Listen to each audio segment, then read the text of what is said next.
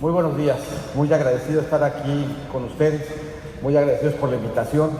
Esta es la primera conferencia que doy después de la que di el 1 de julio, que fue una conferencia también bastante vista. Contento de que esté en Coparmex, contento de que esté en Tijuana, agradecido con Coparmex por la invitación, con Roberto, muy honrado de que esté aquí Gustavo de Hoyos acompañándonos. Muy agradecido además con los patrocinadores. Soy aficionado al béisbol, me siento muy contento de que los Toros estén acá y que nos hayan invitado a ser testigos de esta ceremonia inaugural. Cuando oigo hablar Hacienda de créditos, pues casi siempre pienso en otra Hacienda y en créditos que no son tan buenos, pero entiendo que estos que se ofrecen sí son créditos que van a ser bien recibidos, y muy agradecido con Calimax también.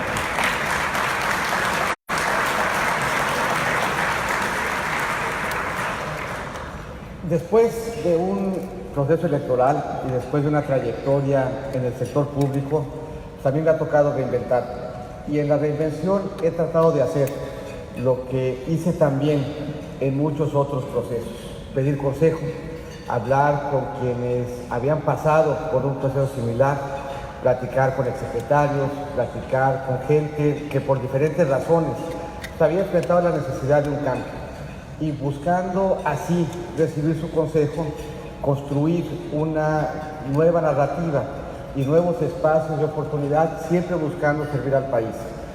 Y de esas pláticas y de esas conversaciones detecté dos elementos y dos consejos que me parecieron muy importantes. Según lo que aprecié, lo primero que tiene que hacer quien termina un proceso electoral es dejarse crecer la barba. Y he encontrado que esa es una constante, no importa cuál sea el proceso electoral.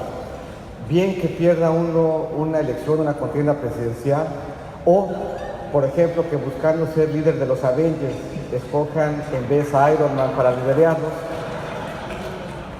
o, todavía más grave, que Hermione escoja a Ron de compañero y deje votado a Harry Potter. Y la estrategia en los tres casos sigue siendo la misma. Y el segundo consejo que se me dio y que hoy aquí aprovecho y agradezco es dar una conferencia.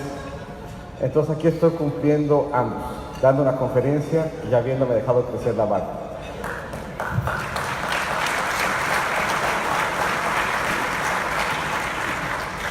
Igual que los patrocinadores, hablé con Miriam y me generó instrucciones precisas de lo que esperaba de mí en esta conferencia. En el contexto, en el ambiente hoy, hay algunas incertidumbres en los mercados, ya hay alguna preocupación de cómo están viendo las calificadoras a nuestro país. En esta conferencia, y anticipo el resultado, pensaba yo argumentar que hay muchos elementos fundamentales que están bien y que hay muchos temas que uno quisiera transmitir al mercado y a las aseguradoras que debieran generar confianza en México y en su futuro. Como en todo, hay algunos elementos que generan preocupación y que tienen que corregirse, y hay algunos elementos que pueden enriquecer la mesa de política pública y que serían bien vistos. Todo de partida el diálogo que se tenía con las administradoras a final de la anterior administración, no solamente con las calificadoras, sino con los mercados. Cuando salíamos a los mercados, ¿qué les decía? Los mercados estaban interesados de ver cómo iba la macroeconomía y cómo iba Pemex. La razón por la que había interés en cómo iba Pemex es porque Pemex es la empresa 98 más grande del mundo y es la única empresa que tiene impacto o potencial de tener impacto en nuestra macroeconomía. Y por esa razón, cuando salíamos fuera o cuando hablábamos con inversionistas dentro, las preguntas tendían a gravitar sobre esos dos espacios. Cómo se veía la salud del soberano, cómo se veía la salud de Hacienda y cómo se veía la perspectiva de Pemex. Y en nuestro diálogo hubiésemos enfatizado entonces que la deuda como porcentaje del PIB estaba cayendo, que México tenía mayor calidad en su capacidad de generar ingresos y que estábamos cambiando la dependencia petrolera por dependencia en impuestos que eran más estables, que la economía mexicana, frente a vientos en contra muy complicados, seguía creciendo y creciendo de manera robusta, que su crecimiento era un crecimiento balanceado, que la historia de México no era solamente una historia de exportación, sino de exportación y de comercio interno, de un mercado interno que se estaba fortaleciendo y que estábamos modernizando a través de reformas diferentes elementos de la economía.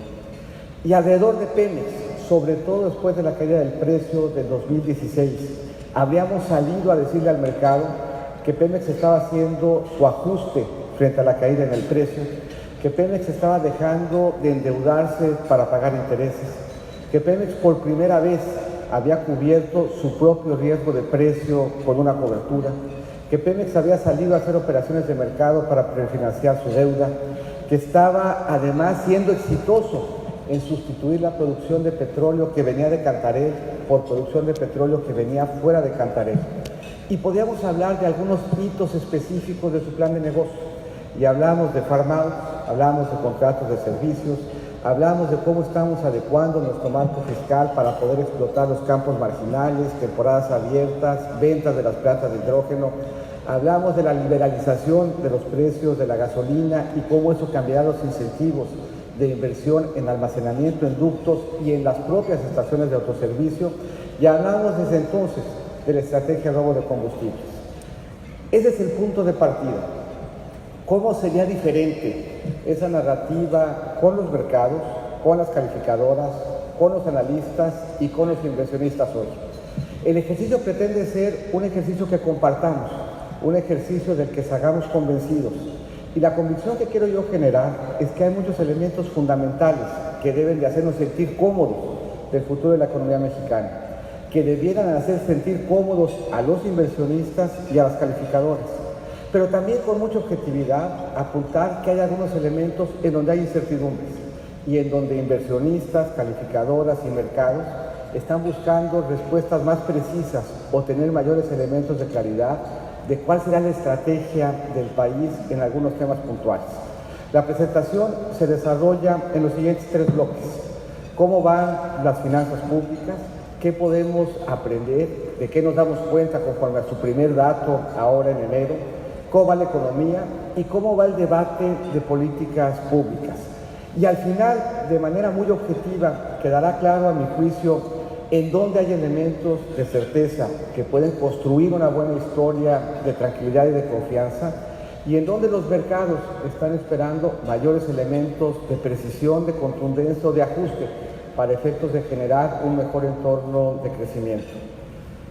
Primero, y aquí el ejercicio es un poco que ustedes mismos vayan pensando cuál sería la respuesta antes de que la anticipamos.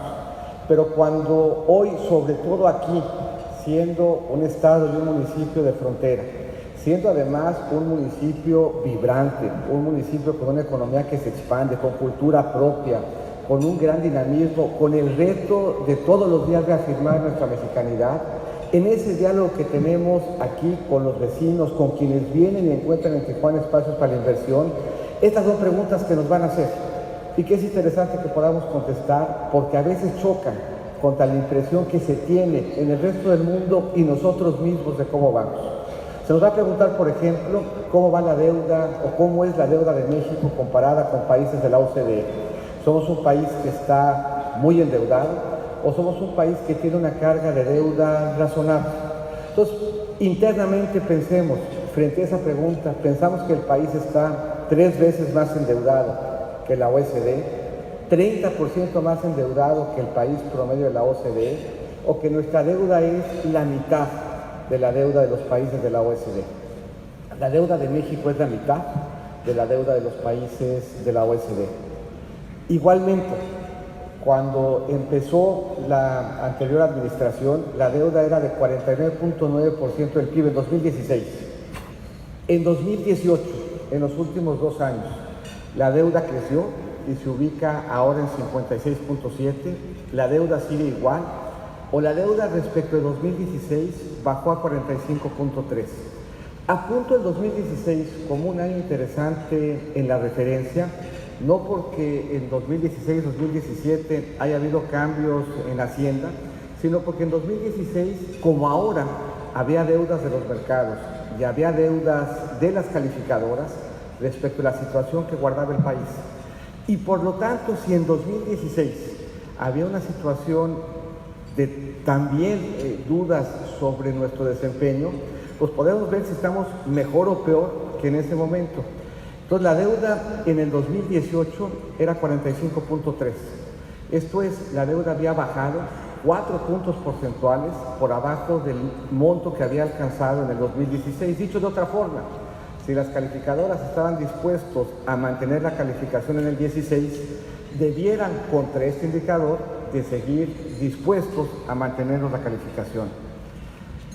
Ahí podemos ver cómo se ve la ruta del balance primario de México y de la deuda de México parado en el 2012 y lo que el Fondo Monetario anticipaba sucedería en los siguientes 5 años, y podemos contrastar la trayectoria de México con la de otros países latinoamericanos y otros países emergentes del G20. Y veríamos lo siguiente en materia del balance primario: cómo se deteriora el balance de América Latina y de los países emergentes del G20 y cómo México recupera espacio fiscal. Y aquí apuntamos un elemento muy relevante.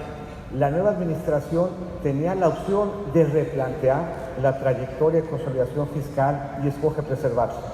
Eso quiere decir que cuando comparamos México con otros países emergentes del G20 y con otros países latinoamericanos, México sigue recuperando espacio fiscal y los otros países siguen deteriorando su balance, incluso primario. Lo mismo es cierto cuando vemos la trayectoria de deuda: Latinoamérica en gris, México en rojo, los países emergentes del G20 en verde. Todos incrementan su deuda como porcentaje del PIB y solo México, de 2 años para acá, se estima logra reducir. De nuevo, entonces, abonando a nuestro argumento de finanzas públicas, desde el punto de vista de fundamentales, nuestras finanzas públicas se siguen viendo bien, con cargo a decisiones ya del paquete económico de esta administración. ¿Qué tan dependientes somos de los ingresos petroleros? Recordemos que hace apenas algunos años los ingresos petroleros de México eran poco más del 40% de nuestros ingresos totales. Anticipando pues la respuesta, las finanzas públicas siguen siendo poco dependientes de los ingresos petroleros. Alcanzaron a ser dependientes solamente en 15% hacia el 2016. Como ha habido algo de recuperación del precio, se ha incrementado en algo la dependencia, pero en términos generales, México ha logrado despetrolizar sus finanzas públicas. ¿Cuánta gente contribuye a pagar impuestos en México? Después de la reforma fiscal, ¿se logró o no ampliar la base tributaria? En México contribuyen 28 millones de personas, 38 millones o 72 millones. Para sorpresa de muchos, la respuesta es 72 millones. México ha ampliado de manera muy importante su base de contribuyentes. Tenemos ya el primer dato de finanzas públicas. Tenemos el corte de enero. Y ese corte de enero, si bien tan solo una observación, y por lo tanto con el riesgo de que sea más ruido que señal, ya vemos algunas cosas que llaman la atención. En términos generales, menos ingresos presupuestarios. El impuesto al valor agregado cae de manera importante, el impuesto sobre la renta se mantiene y los impuestos especiales sobre producción y servicios, notablemente el IEPS de gasolinas, se incrementa de manera muy relevante. La fotografía entonces de ingresos es una fotografía con matices. En términos generales robustos, sobre todo renta, preocupación alrededor del caso del IVA que habrá que monitorear con cuidado. El gasto neto por abajo del programa, marginalmente. Y la combinación de los ingresos y del gasto implica que México alcanza en este primer dato un buen balance primario, que México acredita con este primer dato fortaleza todavía en su balance público y logra un balance primario mejor que el que venía en el programa. Entonces este primer dato abona también a la construcción de confianza. La deuda de Pemex, parados en el 2016, una deuda que pasa de 60,000 millones a principios de la administración anterior a casi 100,000 millones, poco más hoy. Está hoy creciendo 6 veces más rápido que entonces, está creciendo a la misma velocidad o está creciendo 6 veces más lento de lo que crecía en el 2016. Todo ello de nuevo para argumentar si la preocupación alrededor de Pemex debería ser mayor que la que teníamos hace un par de años o debería ser menor. La respuesta es que la deuda de Pemex está creciendo 6 veces más lento. El saldo de caja en Pemex respecto al que tenía en 2016 es 60 veces mayor o mejor, 30 veces mejor o 2 veces mejor. La respuesta en la misma línea es Pemex tiene hoy una caja 60 veces más fuerte de la que tenía en el 2016, la que sigue. Su balance financiero es 39% menos deficitario, 5% más deficitario o 24% más deficitario. Y la respuesta es que es 39% menos deficitario. Esto es, el balance financiero de Pemex también ha mejorado.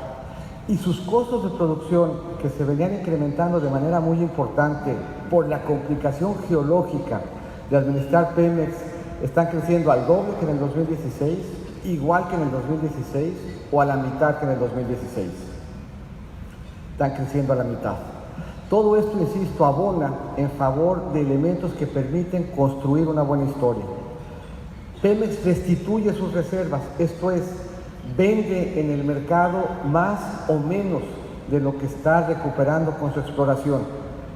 Y esta tasa de restitución es 76% mayor que en el 16, igual o 76% menor que en el 16. La respuesta es que es 76% mayor que en el 16. En el 2016, y aquí empezamos a apuntar algunos focos amarillos, Pemex pagaba 35 pesos más por cada 1,000 pesos de deuda de lo que pagaba el gobierno federal. Este número alcanzó en el 2018 a ser solamente 5 pesos más de lo que pagaba el gobierno federal por cada 1,000 pesos de deuda. Hoy pagamos 75 pesos más, 38 pesos más o 21 pesos más. Hoy pagamos 21 pesos más, que quiere decir que en el margen estamos mejor que en el 2016, pero que quiere decir también que estamos peor que en el 2018. Aquí, en cuanto a Pemex se refiere, hay una primera señal de alarma. Pemex recupera confianza en los mercados entre el 16 y en el 18, pero en los últimos meses genera preocupación. Y esa preocupación se refleja en que pagando antes 5 pesos más que el soberano, ahora paga 21 más. Esto es, más allá de cualquier consideración, solamente atendiendo a lo que estamos viendo en el mercado, hoy vemos muchas señales positivas, pero aquí vemos nuestra primera señal de preocupación. Hay algo ahí que está preocupando más en el 19 de lo que preocupaba en el 18. Y apunta en consecuencia a dónde tendría que afinar puntería la nueva administración. La nueva administración de entrada, en lo que va de la presentación, tendría que afinar puntería aquí. Tendría que afinar puntería en generar alrededor de Pemex mayores elementos de confianza. Y aquí hay un segundo elemento. Respecto al 2016, la plataforma es más alta, igual o más baja. La plataforma hoy es 25% más baja que en el 2016. Aquí hay un segundo elemento que tiene que recogerse en la narrativa. ¿Qué está faltando en la narrativa? Una explicación de cómo vamos a lograr controlar nuestra plataforma para que deje de caer y cómo vamos a lograr ese control en la plataforma sin deteriorar el balance de Pemex. La combinación de las dos cosas, un incremento en el spread sobre el soberano y una plataforma que cae, apunta al reto que tiene hoy la nueva administración. ¿Cómo convenzo al mercado de que voy a ser capaz de estabilizar la plataforma sin que el balance de la petrolera se deteriore? Y ahí, insisto, pues hay un primer elemento en donde después de todo lo que hemos dicho, hay necesidad de reforzar frente a inversionistas, frente a analistas y frente al mercado, qué es lo que vamos a hacer alrededor de Pemex. Algunos elementos de la historia que se contaba antes siguen vigentes. Algunos son diferentes. Hoy hay acento en refinerías donde antes no había. Hay un acento muy claro en robo de combustibles, que es importante. No tenemos mucha claridad de qué va a pasar con los farm-outs o con cualquier otro esquema de participación entre Pemex y el sector privado para explorar y explotar. y no tenemos claridad de algunos otros elementos del plan de negocio de Pemex. Dado estos datos que hasta aquí hemos visto, pareciera que la nueva administración tiene que hacer un esfuerzo adicional para contar una estrategia alrededor de Pemex y su plan de negocios que genere y recupere alrededor de esa empresa como emisor elementos de confianza.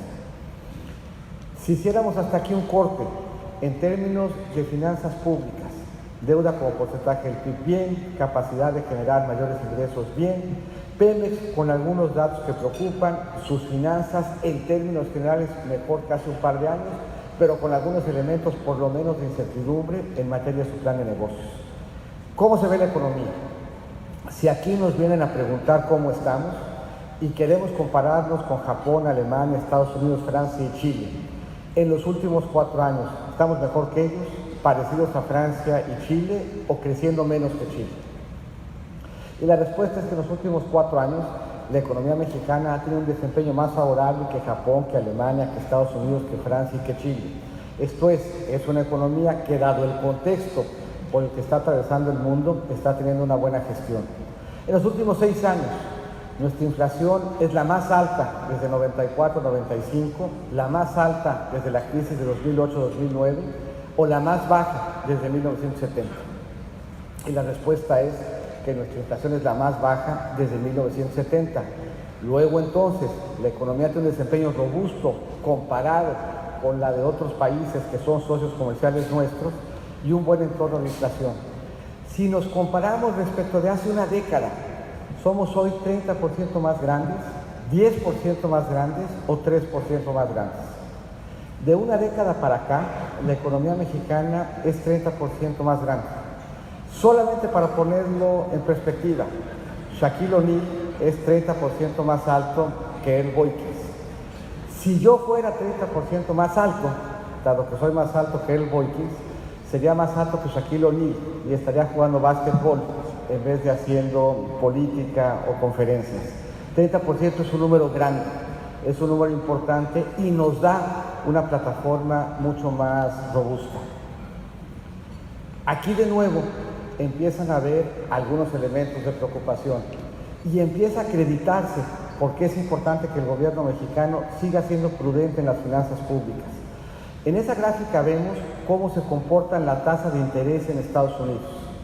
¿Qué llama la atención de esa gráfica? Allá hay más de 100 años de historia. Cada vez que Estados Unidos sube la tasa, el mundo entra en recesión. Y si vemos la última colita de esos datos, Estados Unidos lleva subiendo la tasa ya un buen rato. Cuando Estados Unidos sube la tasa, igual que en el juego de sillas musicales, hay algún país que se cae de la mesa. México tiene que ser especialmente cauto de no ser ese país. Ya nos caímos en 82 y ya nos caímos en 94, pero hay una regularidad. Un entorno en donde Estados Unidos aprieta su política monetaria es un entorno que pone retos en el mundo, en donde permanentemente en los últimos 100 años alguien cae en recesión. México tiene que tener cuidado en el siguiente par de años en no ser uno de esos países que cae y que enfrenta dificultades. Igualmente, otro dato que nos debe de llevar a cautela: cada vez que se invierte la tasa en Estados Unidos, la curva en Estados Unidos, y eso quiere decir que la tasa de corto plazo sea más alta que la tasa de largo plazo, Estados Unidos entra en recesión. Y estamos a punto de que eso suceda. Eso implica que no es difícil anticipar que el siguiente par de años para México pueden ser complicados, por una combinación de un menor crecimiento en Estados Unidos, que se anticipa por la inversión en la curva, esto es, porque la tasa de interés de corto plazo sea más grande que la de largo plazo, y al mismo tiempo que el mundo enfrente peores condiciones de crecimiento como resultado del apretón en la política monetaria de los americanos.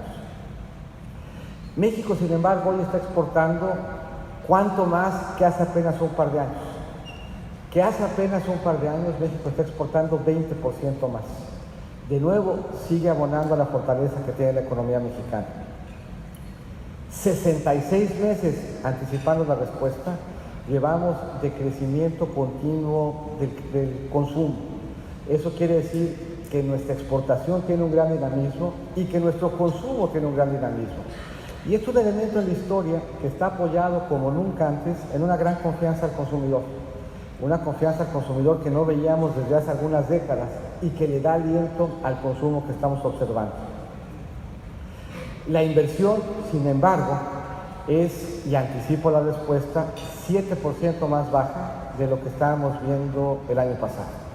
Y de nuevo, con absoluta objetividad, en la siguiente, vemos cómo está la economía en México.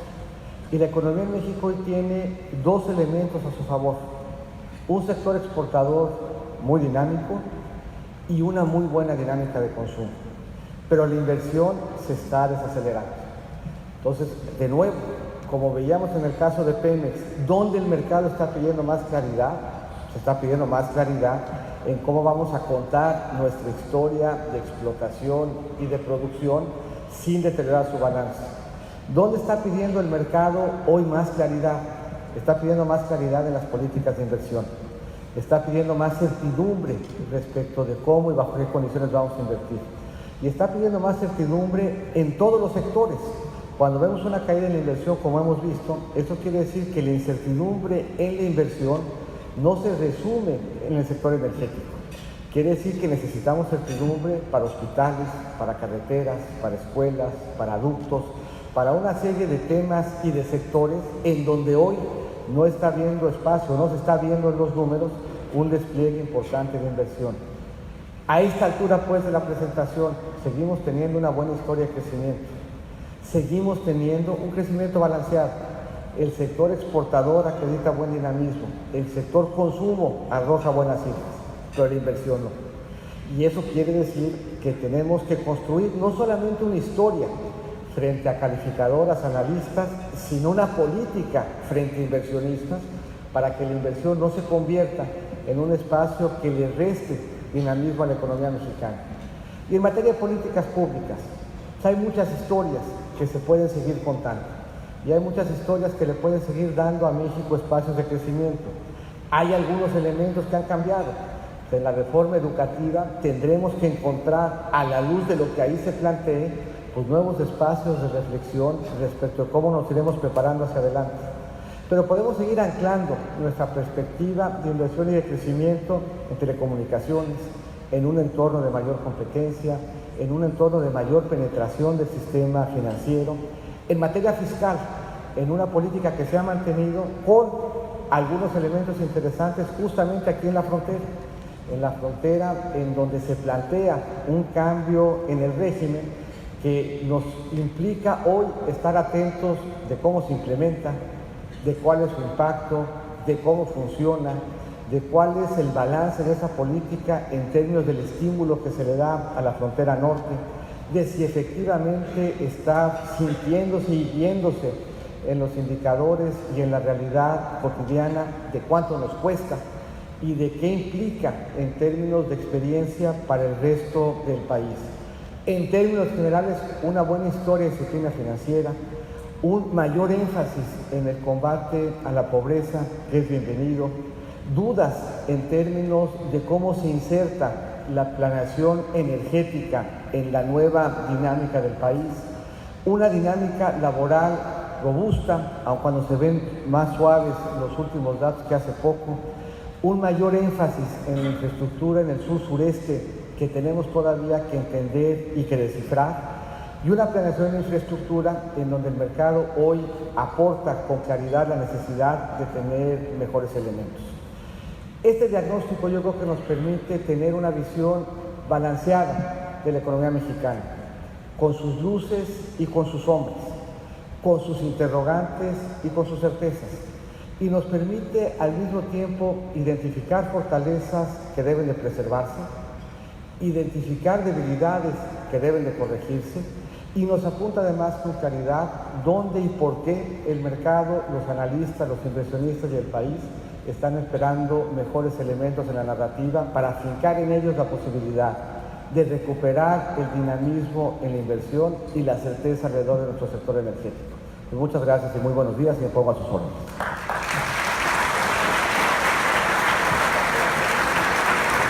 Muchísimas gracias por compartirnos este panorama acerca de los resultados de México y lo que viene en los próximos años.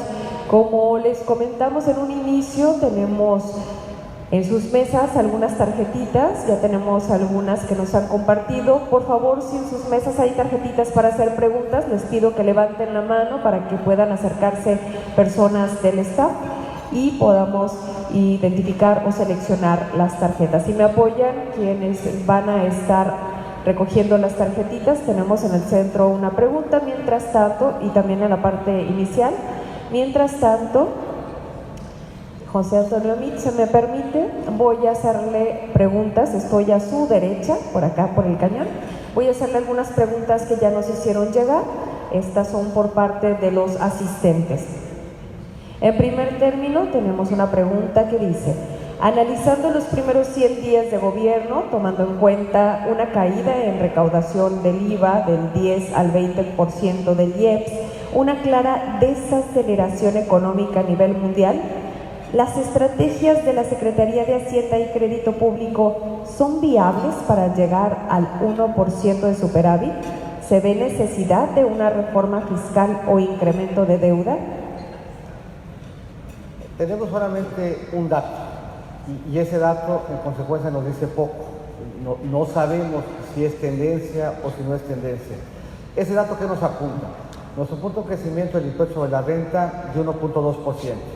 Esto quiere decir que renta va razonablemente en línea con lo que se venía proyectando y estaba calendarizado. Un crecimiento un poco menos robusto que el que habíamos visto en el impuesto de la renta en el pasado, pero al final del día suficientemente robusto como para no prender a mi juicio señales todavía de alarma. Ahora, el dato de renta de enero refleja la actividad económica de diciembre y por lo tanto difícil saber cómo se comporta hacia adelante. Lo más probable es que el dato del IVA se explique sobre todo por un incremento en las devoluciones. Las devoluciones son notoriamente difíciles de controlar. En términos generales, por lo menos en teoría, solamente deberá de devolverse lo que algún otro contribuyente enteró. No es difícil porque periódicamente sucedía en el SAT, porque tengamos retos para tener un buen control de las devoluciones en donde encontremos un buen balance entre la necesidad que tienen las empresas cumplidas de que la devolución sea también cumplida con ellos y que no les genere retos en su liquidez, y la relativa certeza del SAT de que el impuesto efectivamente fue enterado. El dato del IVA sí fue un mal dato y habría que estar atentos de ver cómo se ve hacia adelante. El conjunto de ingreso y gasto no fue mal y permite en consecuencia que en enero la meta del superávit primario se haya incluso excedido. Entonces, este primer dato lo que apunta a mi juicio solamente es la necesidad de seguir revisando la dinámica del IVA, sí, la necesidad también de estar pendiente de la actividad económica porque el dato del impuesto de la renta no fue muy robusto, y el dato del gasto permitió balancear esos menores ingresos con un nivel de gasto poco menor que el programado para efectos de que la meta del balance se siga viendo robusta. Yo creo que al día de hoy no sería necesario anticipar ni recortes ni modificaciones en el régimen fiscal para que la meta se cumpliera. Pero en términos de la narrativa que aquí hemos visto que es importante alrededor del país, un elemento fundamental de la narrativa del país sí es el superávit primario. Y eso quiere decir que si el superávit primario se pone en riesgo, la incertidumbre alrededor de la economía mexicana sí se exacerbaría. Hoy, insisto, pareciera que el superávit primario es una meta que está bien anclada. Muchísimas gracias. Continúo con las preguntas. Hay varias inquietudes por parte de la audiencia. Una de las preguntas dice: el presidente AMLO y el partido Morena afirman que en Baja California tenemos una zona libre. Usted, como exsecretario de Hacienda, ¿qué piensa del decreto fronterizo? ¿En realidad tenemos una zona libre? Mira, yo creo que tenemos que aprender a ver la frontera como una zona estratégica. Una zona estratégica en una dimensión más amplia que solamente la parte impositiva. Una zona estratégica, para que funcione, tiene que tener varios elementos. Una zona estratégica tiene que tener agilidad de los trámites, tiene que tener elementos que den certeza y seguridad a la integridad física de quienes en la zona estratégica se desarrollan. Tiene o no necesariamente que tener un régimen fiscal diferenciado. Nosotros vemos zonas estratégicas como Hong Kong que tienen un régimen fiscal distinto y vemos algunas otras que no lo tienen. Pero en términos generales, sí la frontera tiene una dinámica diferente y dentro de la frontera Baja California al resto del país. Y es especialmente sensible a cómo se trata a las maquiladoras. Es especialmente sensible a cómo se invierte en su infraestructura y en sus cruces. Es especialmente sensible a encontrar un buen balance entre la parte impositiva y la parte de gasto. Me parece que reducir el debate de la frontera solamente al tratamiento de IVA y renta no es suficiente para darle a la frontera el aliento estratégico que ocupa. Yo creo que ver cómo está funcionando el decreto, qué ajustes se le tienen que hacer, si en la práctica se están sintiendo sus beneficios y cuál es el estímulo que se le da con cargo a ese decreto a la economía de Baja California respecto al costo que pudiera o no tener, va a ser interesante. Pero a mi juicio deberíamos de buscar que esta visión de que Baja California es estratégico y que tiene que verse como una zona con una dinámica económica diferente es muy importante. Y a veces en el centro eso se pierde de vista. Mi papá, y platiqué yo esta anécdota algunas veces, estuvo a cargo de la Dirección General de Estímulos Fiscales por mucho tiempo en los 80, 82, 88. Vino muchas veces a la frontera y él decía, y a mi juicio tenía razón, que el esfuerzo no tenía que ser acercar la frontera al centro, sino acercar el centro a la dinámica de la frontera. Y el programa de estímulos fiscales funcionó, y es un programa que ancló una vocación diferente en la frontera y le dio desde el centro en esa oportunidad un buen apoyo. Yo creo que esa visión creativa de entender la frontera como una zona económica estratégica ocupa tener mucho mejor anclaje. Muchas gracias. Continuamos con otra pregunta. Dice, México necesita grandes inversiones en infraestructura para poder consolidar su desarrollo. La cancelación del nuevo aeropuerto de la Ciudad de México y el enfoque en obras que no tienen proyecto ejecutivo e inversiones multimillonarias en refinerías, parecería que alejan a nuestro país del verdadero desarrollo. ¿Qué opinión le merece esto? Mira, yo creo que hay dos datos, más allá de mi opinión. Hay que además la plasmé en algunas servilletas, pero más allá de mi opinión personal, cuando uno ve los datos que arroja de nuevo el mercado, el spread de la deuda de Pemex respecto al soberano y el spread de la deuda de México respecto a sus pares se incrementó cuando se tomó esa decisión. Eso quiere decir que se le metió a la economía un elemento de incertidumbre que no ha desaparecido. Entonces, cuando vemos a un par de meses de distancia debilidad en los datos de inversión, eso lo que apunta es que la incertidumbre que se generó con esa decisión pues tiene de alguna forma que suplirse con alguna medida de política pública que le regrese capacidad de planear con certeza a quienes quieren invertir en infraestructura. Las inversiones en infraestructura por construcción son definiciones de largo plazo e implican que se arriesgue capital de largo plazo. Entonces pareciera que no tiene mucho que ver el aeropuerto con un hospital, o el aeropuerto con una carretera, o el aeropuerto con un ducto, pero al final del día una decisión que introduce incertidumbre, si no se acompaña de alguna definición de política que regrese incertidumbre, pues va a afectar todas las decisiones de inversión. Y hoy seguimos en los datos viendo, por un lado, en los datos de la tasa de interés, y por otro lado, en los datos de inversión, que hace falta algún marco que dé ese espacio de certidumbre. Y regreso un poco a la fotografía grande. Hay muchas cosas que están funcionando bien. Y yo creo que el reto es que lo que hoy, a un par de meses de distancia, no se ve fortaleza en los datos, pues lo que ocupamos es hacer una pausa y ver cómo generamos certidumbre, donde hoy el mercado percibe falta de certeza. Y hoy el mercado percibe falta de certeza en la inversión y por lo tanto necesidad de alguna definición de política que la recupere. Y en ese sentido tenemos otra pregunta que habla de si usted considera que la turbulencia económica por la cancelación del nuevo aeropuerto de la Ciudad de México ya pasó o si tendrá un impacto o una nueva repercusión. Mira, los datos siguen apuntando a que la incertidumbre ahí está. Si nosotros viéramos, y no desde alguna altura fue, lo pudiéramos tratar de rescatar, hay una gráfica que es muy elocuente y que a lo mejor podríamos proyectar, en donde se ve cómo se mueven un poco los spreads, sobre todo de Pemex respecto del soberano, que es una buena aproximación por incertidumbre y de volatilidad. Y sí se ve con claridad cómo esa incertidumbre se exacerba después de la visión del aeropuerto. Y se ve además cómo esa incertidumbre no se ha abatido. Entonces, más allá de mi propia opinión, lo que sí se ve es que el premio que se está pidiendo o que los inversionistas están pidiendo hoy para financiar proyectos de infraestructura en México es mayor.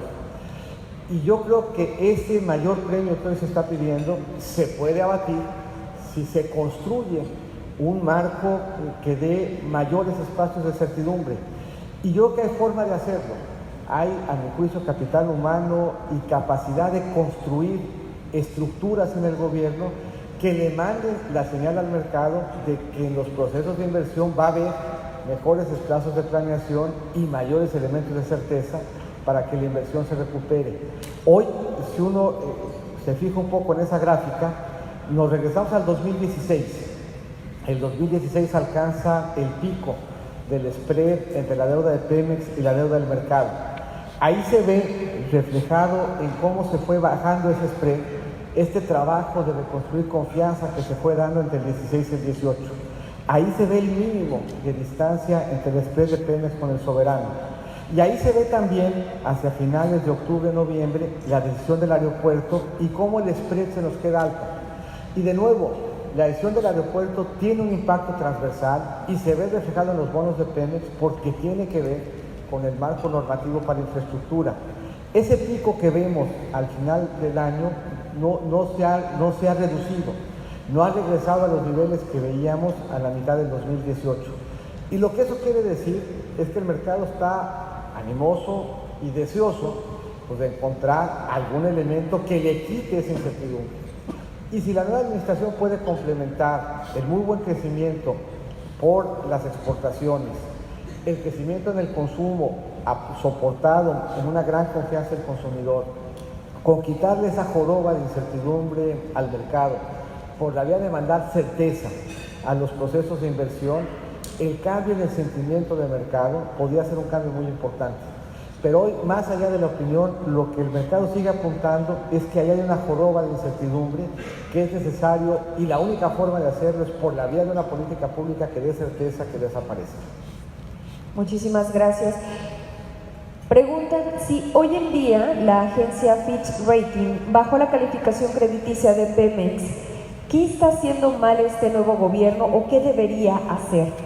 Mira, Pemex es la empresa 98 del mundo. Tiene enormes áreas de oportunidad. Nosotros escogimos poner acento en la anterior administración en algunos temas que nos permitían construir en el mercado estrategia y narrativa alrededor de cómo íbamos a recuperar la plataforma de producción sin perjudicar el balance. En una empresa tan grande, a lo mejor los temas en donde nosotros pusimos acento no son los mismos temas en los que la nueva administración quiere poner el acento. Pero de nuevo, los datos a lo que apuntan es un mercado que quiere entender cómo le va a hacer la nueva administración para mantener sano el balance de Pemex y recuperar su plataforma de exportación. Hoy, por los datos que estamos viendo, esa historia todavía no se transmite. Entonces, es importante, yo creo, que se construyan esos vehículos de diálogo entre la nueva administración y los inversionistas y que en esos vehículos de diálogo se mande y se construyan estrategia e historia que permita que se tenga confianza en que Pemex, insisto, es la empresa más grande de toda Latinoamérica y por tanto la salud de Pemex es una salud que tiene, si se deteriora, capacidad de contagiar al resto de la economía mexicana. Yo creo que hay elementos para contar una buena historia, pero es necesario que se articulen, que se eslabonen y que se empiecen a comentar. Muchas gracias. Pasando al tema de los programas sociales, ¿cuál sería su opinión en general de los programas de protección social? Preguntan si realmente disminuyen la pobreza, si funcionan, si fomentan la formalidad o la informalidad. ¿Qué opina principalmente del programa de protección social de este sexenio? Y agrego una pregunta más respecto a las estancias infantiles. Mira,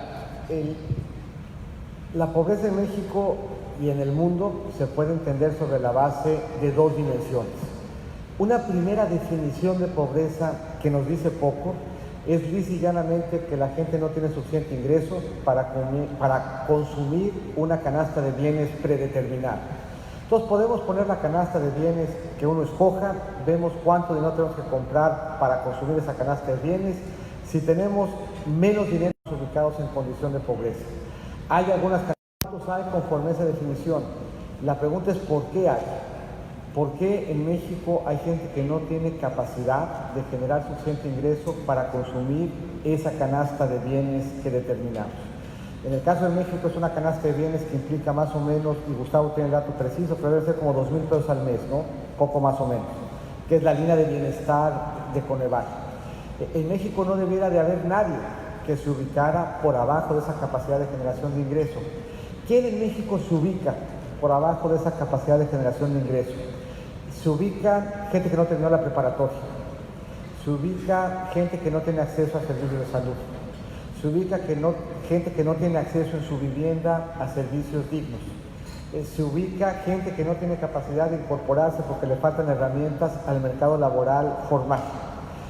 ¿Cómo debiéramos de evaluar los programas sociales? Debiéramos de preguntarnos si el programa social nos empodera para ejercer nuestros derechos.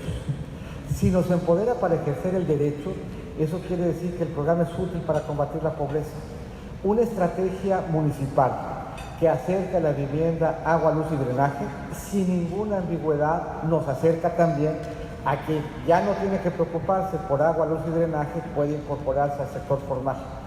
Una estrategia social que nos asegure acceso a la educación preescolar en las estancias y terminar la preparatoria es un programa social que corrige estructuralmente un derecho al que no estamos accediendo. Y por lo tanto, para evaluar cada programa social tenemos que preguntarnos si el programa ayuda a que el mexicano termine primaria, secundaria y preparatoria, si el programa ayuda a que la mexicana o el mexicano termine la universidad, si el programa ayuda a que tengamos servicios en la vivienda, si el programa ayuda a que tengamos un acceso efectivo a la salud, todo eso abona en corregir las fallas estructurales que evitan que el mexicano se incorpore al sector laboral formal. Si el programa no corrige ninguno de estos elementos estructurales, pues es un programa que no nos está ayudando a combatir la pobreza, sino a perpetuarla. Muchísimas gracias. Y en ese sentido también hay inquietud de saber cuál es su opinión respecto al cierre de programas como ProMéxico e INADEM. Yo creo que nos regresa un poco al dato que ahí veíamos y a la necesidad, se vale en los cambios de administración, que uno ponga acentos diferentes, que construya programas diferentes. Pero ¿qué vemos hoy en los datos? Que el mercado ve confianza en la exportación, en el consumo, pero no ve un buen entorno para la inversión. Entonces, si se quieren cambiar esos estímulos o esos programas de promoción, pues lo que el mercado quiere hoy saber es con qué contamos, con qué marco de certidumbre, con qué ejercicio de planeación, con qué elementos de apoyo para que la inversión recupere su rumbo. Y yo creo que si uno está atento a los números que estamos viendo, el mercado le da igual si es ProMéxico o INADEM. Lo que el mercado quiere es una política de promoción de inversión. Y lo que tendríamos o tendría que ser la nueva administración capaz de articular es eso. ¿Cómo vamos a valorar si esa estrategia efectivamente funciona o no? La vamos a ver en los datos de inversión y la vamos a ver en los niveles de tasa. Si vemos niveles de tasa que están creciendo y una inversión que está cayendo, quiere decir que el despliegue de instrumentos de política pública no son los que el mercado ocupa para preservar dinamismo en la inversión. Y en términos justamente de manera específica de la materia turística, ¿cómo ve el panorama? Si el turismo aporta cerca del 10% del Producto Interno Bruto, ¿por qué no tenemos políticas públicas que incentiven dicha actividad? México yo fui canciller y recorrí por más de 70 países en mi gestión como canciller. No cabe duda que México es el país en el mundo con mayor potencial turístico. Muy pocos países pueden ofrecer la oferta turística que ofrece México. Y si revisamos los datos de turismo, nos damos cuenta de su enorme potencial, porque son datos de turismo que reflejan una gran concentración en un número relativamente pequeño de destinos. Es un turismo que está muy concentrado, sobre todo el que viene de fuera, en Cancún de manera preponderante, en Los Cabos y probablemente en Puerto Vallarta el turismo canadiense. Es un turismo que está muy concentrado en pocos destinos y destinos que tienden a ser de sol y playa. Ese sigue siendo para México un espacio fundamental de su turismo. Pero México tiene pueblos mágicos, México tiene viñedos, el turismo vitivinícola, México tiene turismo cultural, México tiene turismo colonial, turismo de negocios, turismo de convenciones. Esto quiere decir que aún los datos positivos de turismo que vemos son pequeños respecto a nuestro potencial. Y vuelve a ser cierto, y regresamos a los datos. ¿Cómo evaluamos la política de turismo? Pues tenemos que evaluarla por la forma como el turismo se diversifica y crezca. Si encontramos que el turismo no está creciendo o no se está identificando o no está diversificando, pues estaremos dándonos cuenta pues, de que hay un elemento de la política pública que falta de desarrollar o de construir. Y vuelvo a insistir, en un cambio de administración, por construcción casi, los programas serán diferentes y tendrán un acento distinto. Pero eso no quiere decir que no podamos evaluarlos, y eso no quiere decir que no podamos darnos cuenta si el programa está funcionando o no. Y la forma de hacerlo es regresar a los números. Y si los números apuntan a un dinamismo del turismo, quiere decir que la mezcla de política está funcionando. Pero si ese dinamismo se pierde o el turismo empieza a dejarse de diversificar, pues eso nos lleva o nos obliga a regresar al pizarrón y redefinir nuestra política pública. Por supuesto. Y en términos internacionales, ¿cómo considera usted la perspectiva económica de México en el ámbito del nuevo tratado nombrado UNSCA con Estados Unidos y Canadá, dada la política actual que critica el modelo neoliberal? Cuando uno revise los últimos meses o los meses recientes, uno de los aciertos, a mi juicio, que tendrá que ser reconocidos como un éxito de una buena transición es la renegociación del tratado. Si nos hubiésemos reunido aquí pues hace apenas un año o dos, la primera pregunta hubiera sido sobre el tratado. Hoy el Tratado de Libre Comercio, que se puede volver a complicar porque no está todavía ratificado, sin embargo, pues tiene ya nivel de acuerdo entre los ejecutivos. Yo creo que eso le quita a México un elemento de incertidumbre importante. Yo creo que es bien importante que estemos cuidadosos y vigilantes de que no se nos vuelva a complicar. Y yo creo que vale la pena que guardemos siempre en memoria el riesgo de que eso suceda, para que trabajemos en el desarrollo de una política pública que nos haga menos intensivos o menos dependientes del tratado. Pero el hecho de que ese elemento de incertidumbre hoy ya no se cierra, por lo menos de manera inmediata, es yo creo un dato positivo y apunta a un espacio de consolidación de una visión norteamericana que en medio de todo el cuestionamiento que ha tenido el libre comercio, sobre todo en Estados Unidos, es una buena noticia. Relativo a ese contexto de un discurso proteccionista, el que se haya privilegiado un espacio norteamericano y que se le dé certeza bien tratado, me parece que es uno de los elementos que hoy tiene fortaleza el país y que se acredita en parte en el dinamismo de Tijuana, que hoy se ve como un destino más atractivo frente a otros espacios comerciales que están siendo mucho más duramente cuestionados que el tratado nuestro. Muchísimas gracias. Y en un panorama general, ¿cómo califica los primeros 100 días del actual gobierno federal? Yo creo que la presentación lo que busca es hacer un balance. Y yo creo que la presentación, como cualquier gestión de gobierno, pues arroja aciertos, a mi juicio, algunos importantes en materia económica, notablemente el paquete económico, y arroja áreas de oportunidad, y arroja espacios y señales en donde claramente tiene que haber pues, una modificación o rectificación pues, para efecto de preservar el buen espacio de desarrollo y de desenvolvimiento que necesita la economía mexicana. Pero más que una evaluación propia, lo que yo quería hoy aquí aportar es cómo se ven los números y dónde nos dicen los números que vamos bien y dónde nos dicen los números que ocupamos algún espacio por lo menos de reflexión adicional. Agradecemos muchísimo y por último, varios tienen esta pregunta y la vamos a unificar. ¿Va a volver a postularse como candidato a la presidencia? Mira, ahorita estamos apenas en la etapa de dejarnos crecer la barba. y por lo tanto no estamos en este espacio de reflexión, sino más bien en un espacio de reinversión. Pero sí quisiera aprovechar para de nuevo agradecerles. Para mí esta posibilidad de esta faceta de la reinversión que tiene que ver con la posibilidad de reencontrarnos en el diálogo. Yo llevo pues más de 20 años dialogando con ustedes en diferentes formatos y de diferentes trincheras. El que hoy me brinden la oportunidad de volver a regresar con ustedes a platicar es algo que valoro y que valoro mucho. Quienes aquí están y me acompañan nos hemos encontrado en muchos espacios y en muchas trincheras. El gobernador Osuna, que aquí está, y yo, pues nos tocó ser parte pues, de un equipo que desde la Federación y con Baja California quiso trabajar. Oscar Vega y yo fuimos compañeros de gabinete y le agradezco mucho que esté hoy aquí y nos acompañe. Gustavo y yo hemos trabajado juntos en muchos espacios y hemos tenido espacios de encuentros y espacios que nos llevan a ambos a mayores elementos de reflexión. Kurt, con quien he construido una buena amistad y le agradezco mucho que esté hoy aquí, y son de las cosas muy buenas que deja una campaña.